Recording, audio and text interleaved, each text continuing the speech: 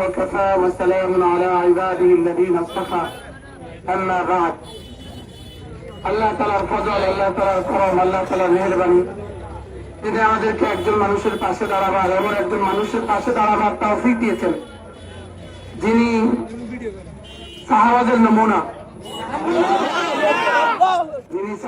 নমুনা, রওয়ানুল লাইল ফুরসানুন নাহার, যিনি রাতের বেলা যা নামাজে কাটান, দিনের বেলা উম্মতের দুয়ারে দুয়ারে কাটান। এমন একজন মানুষকে আমরা পেয়েছি। যদি এই যা রামগতিবাসী নাকি হারাম, এদের বঞ্চনা, এরা বঞ্চিত হবে, এরা মাহরুম হবে, চিরবঞ্চিত হবে। প্রত্যেকেই নিজেই সংকল্প করেন, নিজেই আলাদা করেন, আমি আপনাকে ভোট দিব, আমার স্ত্রীকে ভোট দেওয়াবো, আমার মাকে ভোট দেওয়াবো, আমার পরিবারের প্রতিটা সদস্যকে আমি হাত পাখা ভোট দেওয়াবো। সংকল্প করেন। 12 তারিখ পর্যন্ত আমরা কমপক্ষে প্রতিদিন একবার করে সূরা ইয়াসিন পাঠ করবো। 12 তারিখ পর্যন্ত প্রতিদিন আমরা কমপক্ষে 2 রাকাত সালাতুল হাজাত পড়বো। 12 তারিখ পর্যন্ত প্রতিদিন কিছু না কিছু সাদাকা করবেন। কিছু না কিছু, এই 3টা আমল আমি দিয়ে গেলাম।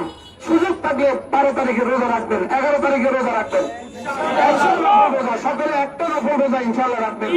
ইনশাআল্লাহ আমরা আল্লাহ তাআলার কাছে দোয়া করি, ইনশাআল্লাহ আল্লাহ তাআলা আল্লামা খালেদ সাইফুল্লাহ দামাত বারাকাতুহুকে হাত পাখা প্রতীকে নির্বাচিত করে এই অবহেলিত রামগতিবাসীকে ইনশাআল্লাহ সুন্দর এক জীবন উপহার দিবেন ইনশাআল্লাহ।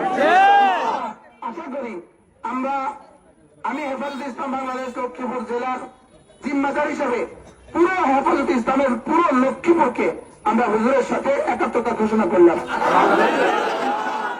হুজুরের সাথে আমরা একাত্মতা ঘোষণা করলাম। আমাদের প্রতিটা মানুষ, এদেশের প্রতি রামগতির প্রতিটা আলেম পরিবার, প্রতিটা দিনদার পরিবার, যারা ইসলাম নিয়ে বাঁচতে চাই, যারা ইমান নিয়ে বাঁচতে চাই, আমাদের মিশন, আমাদের ইজম, আমাদের মতাদর্শ শুধু ইনসাফ নয়, আমাদের মতাদর্শ ইসলামের আলোকে ইনসাফ। ইনসাফ দিয়ে ইসলাম হবে না, ইসলাম দিয়ে ইনসাফ হবে।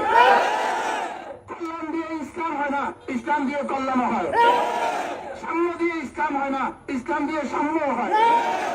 আমরা শুধু ইনসাফ নয়, আমরা ইসলামের আলোকে ইনসাফ চাই, আমরা ইসলামের আলোকে কল্যাণ চাই, আমরা ইসলামের আলোকে দেশ গড়তে চাই। ইসলাম আমাদের মিশন, ইসলাম আমাদের ভীষণ, ইসলাম আমাদের জীবন, ইসলাম আমাদের মরণ। আল্লাহ তাআলা খালেদ সাইফুল্লাহ দামাত বারাকাতুহুম, আল্লামা খালেদ সাইফুল্লাহ দামাত বারাকাতুহুম তাকে নির্বাচিত করে এ দেশবাসীর খেদমত করার তৌফিক দান করেন। এই প্রত্যাশা রেখে আমি আমার এই সংক্ষিপ্ত বক্তব্য শেষ করলাম। ওয়া আলাইনা ইল্লাল বালাগ।